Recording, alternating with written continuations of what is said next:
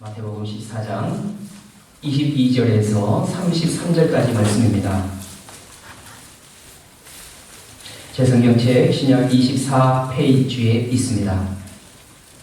마태복음 14장 22절에서 33절 말씀을 믿음으로 한 절씩 교독하겠습니다. 예수께서 즉시 제자들을 재촉하사 자기가 무리를 보내는 동안에 배를 타고 앞서 건너편으로 가게 하시고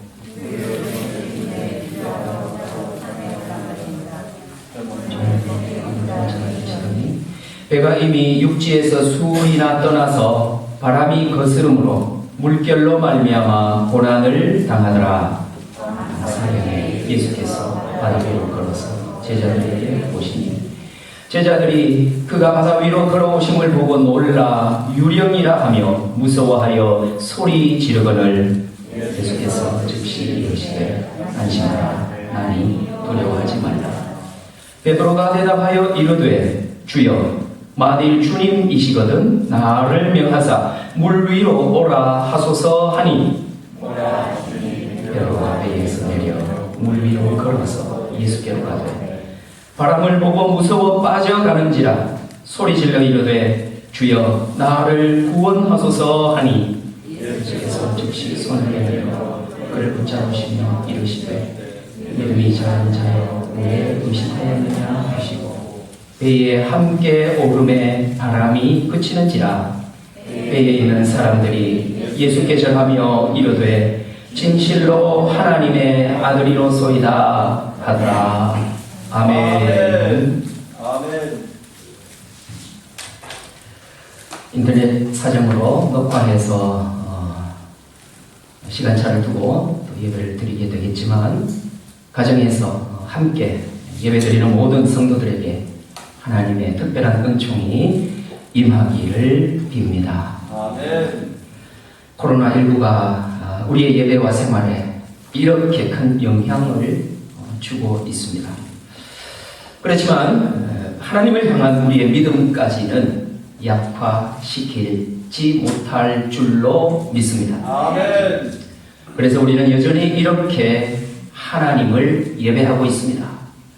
어쩌면 더 힘겨운 그런 상황 속에서 예배하는 것이 더 우리는 간절하고 더 하나님을 붙잡게 되는 그런 예배가 될 줄로 믿습니다. 아멘. 오늘 풍랑을 만난 제자들을 통해서 현재 풍랑을 만난 우리가 짧게는 코로나19 사태의 풍랑이요 길게는 우리 인생 전체의 풍랑입니다. 이 풍랑을 만난 우리가 어떤 자세를 가져야 할지 살펴보고 다짐하고자 합니다. 오늘 본문은 예수님께서 500여의 기적을 베푸시고 난 후에 제자들을 재촉하여 돌려보내시고 당신은 기도하시려고 산에 올라가셔서 혼자 계실 때 일어난 사건입니다. 이때 제자들은 뭐하고 있었느냐? 배를 타고 열심히 노를 젓고 있었습니다. 그런데 본문 24절은 이렇게 말씀합니다. 펴놓으셨으면 같이 읽겠습니다. 배가 이미 육지에서 수울이나 떠나서 바람이 거스름으로 물결로 말미암아 고난을 당하더라. 자, 베드로를 비롯한 여러 제자들은 어부로서 잔뼈가 굵은 사람들입니다. 바다의 전문가들입니다. 그렇지만 거센 바람이 불어오고 성난 파도가 휘몰아치는 환경 속에서 그들은 나약할 수밖에 없는 그런 존재였습니다. 아무리 과학과 기술이 발달을 해도 보이지 않게 작은 그 코로나 바이러스에 이렇게 무기력한 우리들처럼 말이죠.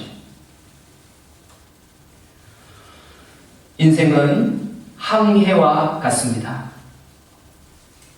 순풍에 돛을 달고 순항할 때가 있는 반면에 역풍과 싸우면서 생사를 다투는 거센 노도를 만나기도 합니다. 볼륨을 조금 줄여주세요. 시종일관 순탄한 항해이면 참 좋겠지만 우리 인생은 그렇지를 못합니다. 칠흑 같은 절망의 망망대해 속에서 번민과 회의가 밀려옵니다. 그런 풍랑 속에서도 계속해서 노를 져야 하는 것이 우리의 인생입니다. 이 고달픔을 어찌 말로 다 표현할 수 있겠습니까? 그러나 여러분, 인생의 항로에는 역풍이 있으면 순풍도 있다는 이 사실을 잊지 마시기 바랍니다. 풍랑이 오고 폭풍우가 몰아칠 때도 있지만 구름이 걷히고 햇살에 잔잔한 순풍이 기다리고 있다는 것, 이것을 명심해야 합니다. 그리고 그 순풍의 시간이 사실 역풍 때 그 시간보다 훨씬 더 길다는 것도 우리는 기억해야 합니다. 예수님의 제자들도 항해 중에 큰 고난을 만났습니다. 그것도 밤사경에라고 25절에서 말씀합니다. 밤을 저녁 6시부터 아침 6시까지 3시간씩 4등분 합니다. 사경은 새벽 3시부터 아침 6시까지를 말합니다. 해가 뜨기 전 가장 어둡고 추울 때입니다. 괴로움과 고통 속에서 헤매고 있을 때를 말합니다. 그런데 놀라운 사실이 있습니다. 25절을 보면 밤사경에, 읽을까요? 밤사경에 예수께서 바다 위로 걸어서 제자들에게 오시니. 아멘. 제자들이 생사의 고투를 겪고 있을 때에 주님은 물 위를 걸어서 찾아오고 계십니다. 아멘. 오늘날 어떻게 하면 이 세상에서 도태되지 않고 살아갈까? 어떻게 하면 코로나19 사태를 무사히 넘길까? 눈물과 한숨으로 싸우는 우리에게 주님이 그 풍랑 위를 걸어오고 계시다는 사실을 믿으시기 바랍니다. 할렐루야. 불어대는 바람을 멈추시고 출렁이는 파도를 잠잠하게 하시려고 지금 하나님의 아들 예수 그리스도께서 우리에게 걸어오고 계십니다. 얼마나 감사한 일입니까? 그런데 제자들 반응이 어떻습니까? 26절 볼까요? 26절입니다. 제자들이 그가 바다 위로 걸어오심을 보고 놀라 유령이라 하며 무서워하여 소리 지르거늘. 안타깝습니다. 위기에 처한 그들을 살리시려고 다가오시는 주님을 보고서도 알아차리지 못합니다. 공포에 질려서 유령이라고 소리를 지릅니다. 얼마나 바보 같은 모습입니까? 감사하고 기쁜 이 순간에 유령으로 오해하고 공포에 질려 떨고 있습니다. 우리 역시 내가 예상한 것과 달라서 주님을 알아차리지 못하고 감사하지도 못하고 오히려 겁먹고 원망할 때가 얼마나 많습니까? 하나님의 뜻대로 해결되어 가자고 하면 때로는 더 고통으로 내려가야 되고 더 캄캄한 속으로 들어가야 하는데 거기서 나에게 왜 이런 어려움을 주십니까? 하고 원망하지 않았습니까? 하나님은 우리의 일이 잘 풀려갈 때나 수렁에 빠져 있을 때나 언제나 함께 하시며 갈 길을 인도해 오셨습니다. 어제도 나를 찾아오셨고 오늘도 내일도 나를 찾아오십니다. 그러나 내 마음의 혼란스러움 때문에 아니면 내가 정해놓은 어떤 틀 때문에 주님이 주님으로 보이지 않아서 그 인도하심과 은혜를 받지 못하는 경우가 많았음을 깨달아야겠습니다. 이렇게 하나님께서는 언제나 우리에게 보여주고 계십니다. 우리에게 걸어오고 계십니다. 하나님께서 우리에게 보여주시는 방식은 크게 두 가지입니다. 그 하나는 바로 특별한 사람에게 보여주시는 특별 계시죠. 대표적인 것이 성경책입니다. 성경은 성령의 감동으로 기록된 것으로 우리는 성경을 통해서 하나님을 끊임없이 발견하며 살아갑니다. 아멘. 로드 라체스터라고 하는 아주 교만한 반 기독교인이 있었습니다. 그는 성경을 반박하기 위해서 연구하던 중에 이사야 53장을 연구하다가 그리스도의 신성과 성경의 참됨을 깨닫고는 회개하고 말았습니다. 뭐 그런 사람이 한둘이겠습니까? 또 이탈리아의 문호 가오바니 파피니는 성경을 더욱더 구체적으로 반박하기 위해서 연구하다가 그리스도는 평화의 왕이요 구주이시요 기름 부음을 받은 하나님의 아들이시요 사람의 아들이시다 라고 고백하고 말았습니다. 이같이 성경은 믿는 자나 무신론자 모두에게 하나님을 계시하는, 보여주는 성령의 감동적인 역사를 일으키고 있는 것입니다. 그 다음으로는 자연 계시가 있죠. 일반 계시라고도 합니다. 계시는 열어서 볼 수 있게 보여주시는 걸 말하죠. 자연 현상들을 통해서 혹은 재난을 통해서 하나님을 보여주십니다. 어떤 사람은 전체 망원경을 가지고 별들을 살펴보니까 아무것도 안 보입니다. 우주밖에. 그래서 하나님은 보이지 않더라. 안 계시더라. 그러므로 신은 존재하지 않는다. 라고 말을 했습니다. 그런데요, 천문학자 하시엘은 망원경을 들여다보면서도 하나님을 발견하지 못하는 사람은 지극히 못난 사람이요 가히 인간이라고 할 수가 없다 라고 말했습니다. 똑같은 우주를 보면서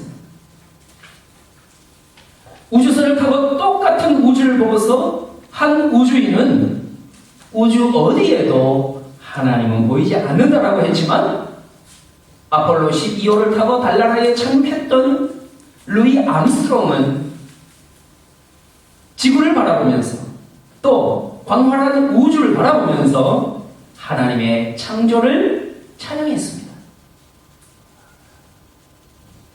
욥기 12장 7절에서 9절은 말씀합니다. 이제 모든 짐승에게 물어보라. 그것들이 너에게 가르치리라. 공중의 새에게 물어보라.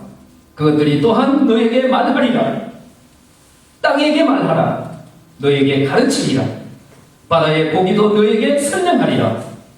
이것들 중에 어느 것이 여호와의 손이 이를 행하신 줄을 알지 못하랴. 다 안다는 거죠. 만물이. 하나님의 존재는 짐승도 알고 새도 알고 물고기도 다 안다는 것입니다. 우리는 하나님이 지으신 피조물을 통해서 주님의 말씀을 들을 줄 알고 주님의 뜻을 발견할 줄 아는 그런 성도가 되어야 하겠습니다. 아멘. 프랑스의 계몽주의 철학자이고 무신론자였던 볼테르. 이 사람이 기독교를 철저하게 공격하고 그리고 무신론을 주장하고 더 알리기 위해서 미국으로 건너갔습니다. 그러나 항해 도중에 불행하게도 대서양 한복판에서 배가 파산하게 되었습니다. 죽게 생겼습니다. 다행히도 어느 기독교 신자가 붙잡고 있는 널빤지를 함께 붙들 수 있었습니다. 그러나 세찬 물결이 그들을 가만두지 않았습니다. 거센 물결이 두 사람의 생명을 위협했습니다.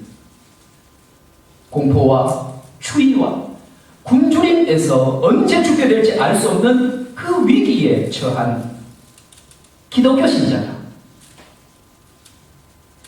계속해서 기도합니다. 기도하고 또 기도하고 또 기도합니다. 함께 널빤지를 붙잡고 있는 볼테르도 평생 처음으로 기도했습니다. 하나님이여, 만일 당신이 계시거든 저를 살려주소서. 그런 간절히 기도를 지속했습니다. 목숨이 달려있으니까. 다행히 얼마 후에 구조선에 의해서 이 둘은 구원받았습니다. 하지만 미국에 도착한 볼테르는 여전히 무신론을 주장하는데 여념이 없었습니다. 그런데 바다에서의 그 일이 소문이 났습니다. 사람들에게. 그래서 사람들이 말합니다. 야, 볼테르의 무신론은 육지에서만 통하는구나. 바다에서는 그렇게 하나님께 기도했다는 소문을 들었으니까. 그렇게 수군거렸답니다. 무신론자인 이 볼테르가 대서양 한복판에서 만났던 그 폭풍, 그것은 주님이 그를 부르시는 자연 계시였습니다. 아멘. 볼테르가 믿음의 눈으로 보았다면 분명 하나님이 자신의 기도에 응답해 주셔서 자신을 살려 주셨음을 깨달았을 것입니다. 그러나 그는 끝내 하나님을 반박하는 무신론자로 돌아갔고 결국 인생 말년에는 입버릇처럼 나는 차라리 세상에 태어나지 않았으면 좋을 뻔했다 라고 거듭거듭 말했다고 전해옵니다. 하나님은 우리의 인생에 순풍만을 주시는 것이 아닙니다. 사람의 마음이 우둔해지고 강팍해져서 하나님을 떠나게 될 때 주님은 고통을 통해서 깨닫게 하시고 환난을 통해서 말씀하시고 아픔을 주셔서라도 진리의 길로 이끌어 가시는 분이십니다. 아멘. 누군가가 새벽 기도를 드리고 돌아오다가 가정입니다. 가정 돌아오다 계단에서 실족하여 발목을 심하게 다쳤다고 해봅니다. 이때 어떤 사람은 하지요. 불평하는가 하면 또 어떤 사람은 더 크게 다치지 않은 것에 감사하는 그런 사람도 있습니다. 이 두 사람의 신앙에는 엄청난 차이가 있습니다. 한 사람은 주님을 원망하고 있지만 다른 한 사람은 아주 작은 그런 사건 속에서도 주님의 은혜를 발견하고 감사하고 살아갑니다. 자그마한 사건일지라도 그 속에 주님의 사랑과 인도하심이 있음을 깨닫는 은혜가 저와 여러분에게 있기를 축복합니다. 아멘. 코로나19도 우리가 만나지 않기를 바라는 것이죠. 그렇지만 그것을 통해서 하나님께서 이루실 일이 분명 있을 것입니다. 합력하여 선을 이루시는 분이시니까. 아멘. 근데 하나님께서 이루실 그 일이 우리가 뭐 짐작하는 거일 수도 있고 아닐 수도 있고 분명하게 무엇인지 우리가 섣불리 판단할 수는 없지만 그러나 분명한 것은 이런 일이 있을 때 우리가 하나님 앞에 바로 서야 한다는 것입니다. 우리가 장로님이 간절하게 기도해 주셨지만 자신을 돌아봐야 하고 18명이 망대가 무너져서 죽었을 때 그들의 죄 때문에 죽였느냐고 묻는 제자들에게 예수님께서는 그게 아니라고 했죠. 너희들도 회개하지 아니하면 저들과 같이 될 수 있다. 자신들을 돌아보라고 했습니다. 하나님 앞에 기도하는 기회가 되어야 할 것입니다. 더 정신 차려야 하는 그러한 계기가 되어야 할 것입니다. 고난과 어려움 속에서 역사하시는 주님의 음성을 들을 줄 모르는 사람은 참으로 어리석은 사람입니다. 우리는 오늘 말씀 가운데 자연 계시를 통하여 역사하시는 주님을 볼 수 있어야 합니다. 아멘. 제자들이 예수님을 유령으로 오해하여서 공포에 휩싸여 소리를 지르고 떨고 있을 때 주님은 말씀하십니다. 27절에서 안심하라, 나니 두려워하지 말라. 아멘. 이때 베드로가 말합니다. 만일 주님이시거든 나를 명하사 물 위로 오라 하소서. 주님은 오라 하셨습니다. 베드로는 급기야 물 위를 걷기 시작했습니다. 그러나 바람을 보고 놀란 베드로는 그만 물속에 빠지고 말았습니다. 그래서 믿음이 작은 자라고 책망을 들었고 왜 의심하였느냐 고종을 들었습니다. 그리고 32절에 보면 배에 함께 오름에 주님이 함께 오름에 바람이 그치는지라. 아멘. 인생의 풍랑과 파도는 예수님께서 내 인생의 배에 함께 오르실 때 그치게 되는 줄로 믿습니다. 아멘. 고난 속에서 원망이 아니라 예수님과 함께하며 감사하는 자에게 평화가 찾아올 것입니다. 아멘. 마지막 절에서 제자들은 예수님께 절을 하면서 이런 고백을 하죠. 진실로 하나님의 아들이로소이다. 할렐루야 주여. 조금 전만 해도 유령으로 오해했던 제자들이 이 고난을 겪고 나서는 유령이 아니라 주님이었다는 것을 확실히 알게 되었다는 거죠. 고난을 통해서. 그래서 고난이 유익한 것입니다. 그래서 고난이 나쁜 것만이 아니라 그 속에 복이 숨어 있다는 것이죠. 사랑하는 여러분, 이왕 풍랑을 만날 거라면 고통만 있는 의미 없는 풍랑이 아니라 복 있는 풍랑을 만나시기를 축복합니다. 그것은 복 있는 풍랑으로 내 믿음이 그렇게 만들어가는 거죠. 우리가 어려움을 만났을 때에 더욱 주님을 찾되 주님을 정말 바로 알아보아서 구원의 길이 열리기를 축복합니다. 아멘. 진실로 하나님의 아들이심을 고백할 수 있기를 축복합니다. 아멘. 우리 인생의 배에 날마다 함께 주님과 함께 오름에 바람이 그치는 인생이 되기를 주님의 이름으로 축원합니다. 아멘. 기도하겠습니다. 풍랑을 통해서 미련한 우리를 만나주시는 주님 감사합니다.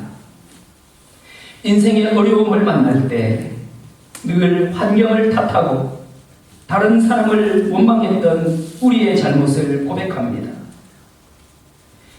고난을 겪은 제자들이 주님을 하나님의 아들로 고백한 것처럼 우리도 인생의 풍랑에서 하나님의 아들 우리 주님을 만나기 원합니다. 우리가 만나는 고난이 헛되지 않게 하옵소서. 자기 생각에 빠져 물속으로 빠지지 않게 하옵소서. 오라 하시는 주님의 말씀을 듣고 믿음으로 물 위를 걷는 인생이 되게 하옵소서. 아멘. 내 인생의 배에 함께 오르시는 예수 그리스도의 이름으로 기도하옵나이다. 아멘.